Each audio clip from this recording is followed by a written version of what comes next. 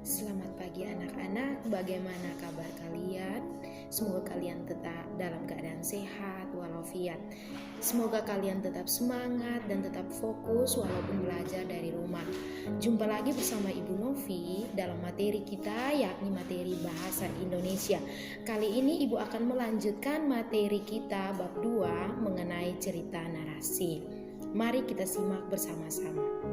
Baiklah anak-anak, sebelum Ibu Novi memulai materi kita, Ibu akan menjelaskan tujuan dari materi yang harus kalian ketahui. Yang pertama, kalian harus lebih memahami arti dari teks narasi tersebut. Yang kedua adalah ciri-ciri dari teks narasi. Yang ketiga, jenis-jenis dari teks narasi. Yang keempat, struktur dari teks narasi. Yang kelima, yaitu unsur kebahasaan teks narasi. Apakah kalian pernah menonton film Harry Potter? Atau cerita rakyat kancil bukan si pencuri ketimun? Atau cerita fabel si burung bangau dan seekor anjing? Atau dongeng si kebayan? Itu semua adalah cerita dari cerita narasi. Jadi, apa sih cerita narasi itu? Oke, mari kita bahas satu persatu. Cerita narasi, dia memiliki arti yang sama dengan imajinatif, sama dengan fantasi, dan hayalan. Jadi cerita narasi atau imajinatif atau fantasi atau hayalan merupakan teks yang menceritakan suatu rangkaian kejadian sesuai dengan urutan waktu. Cerita itu berkembang dari tahap pengenalan yang dimunculkan dengan pertanyaan apa, siapa, dan di mana kejadian itu terjadi, sehingga timbullah pertentangan, dan setelah adanya pertentangan, adanya penyelesaian atau akhir cerita. Tujuan pembelajaran kita yang kedua yaitu ciri-ciri dari cerita narasi. Ciri-ciri cerita narasi yang pertama, adanya keajaiban, keanehan, dan kemisteriusan. Cerita fantasi atau narasi dia mengungkapkan hal-hal yang sifatnya tidak nyata atau ajaib dan juga misterius. Ini disebut sebagai dunia imajinatif yang diciptakan oleh seorang penulis sehingga tidak mungkin dijadikan hal biasa. Biasanya tokoh dan latar yang diciptakan penulis tidak ada hanya ada di dunia nyata atau modifikasi dunia nyata. Ciri yang kedua yaitu ide cerita yang khas. Artinya, maksud dari ide cerita yang khas artinya penulis bebas menuangkan segala imajinasinya atau bebas berhayal. Tidak ada batasan terhadap realitas atau kehidupan dunia nyata, sehingga penulis atau pengarang bisa mengembangkan dengan sesuka hati.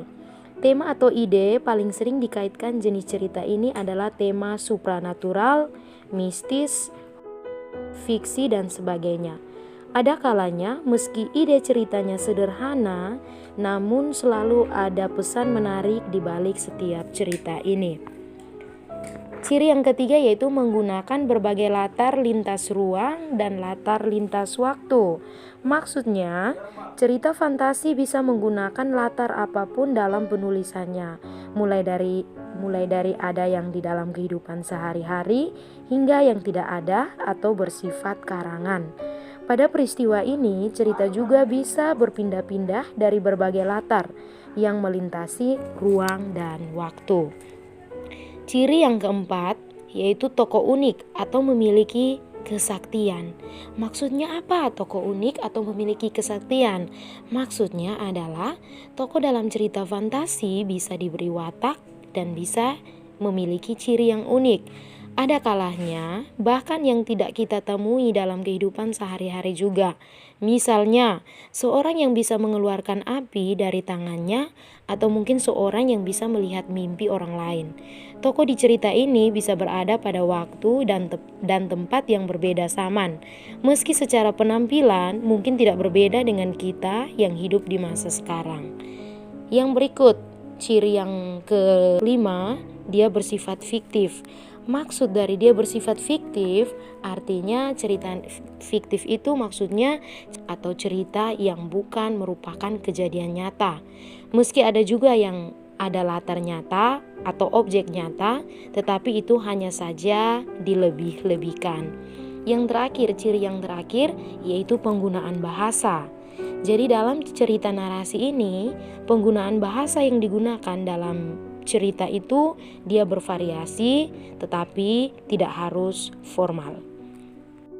Selanjutnya, struktur dari cerita narasi. Struktur dari cerita narasi memiliki 4 struktur. Yang pertama, orientasi atau perkenalan. Orientasi atau perkenalan di sini penulis akan memperkenalkan tokoh, tema serta alur cerita pada pembaca. Contohnya, minggu pagi yang cerah, Sinta, Maya, dan Hani berada di Candi Borobudur. Yang kedua, komplikasi atau konflik. Ini adalah tahapan ketika permasalahannya di dalam cerita memulai dari awal hingga puncak permasalahannya. Contohnya, di mana kita? Sinta bertanya sambil menatap tembok sekelilingnya yang memancar kemilau matanya. Yang ketiga, resolusi. Resolusi disebut juga dengan penyelesaian. Maksudnya, penyelesaian dari konflik atau permasalahan di dalam cerita dan mengarah pada akhir cerita. Contoh, mereka bertiga bertekad menyelesaikan tugasnya tepat waktu dan bertanya sebaik mungkin.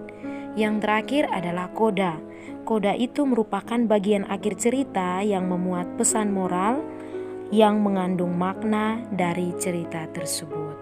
Baiklah, kita lanjut pada jenis-jenis cerita fantasi. Jadi jenis-jenis cerita fantasi itu terbagi menjadi 2. Yang pertama itu berdasarkan kesesuaiannya dengan kehidupan nyata, dan yang kedua adalah berdasarkan latar cerita.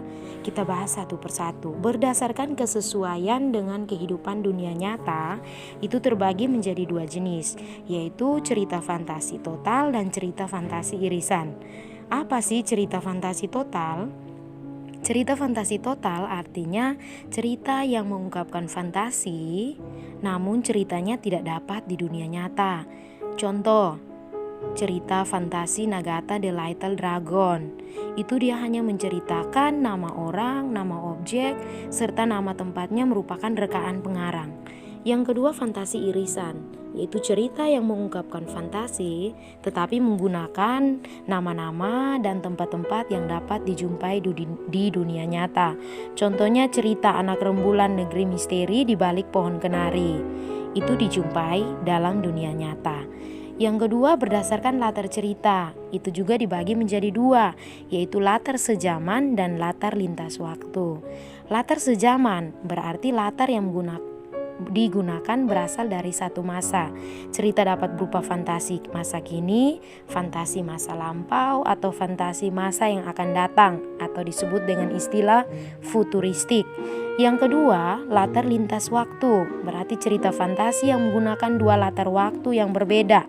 Misalnya adalah latar masa kini dan zaman prasejarah atau masa yang akan datang, atau masa 100 tahun yang akan datang.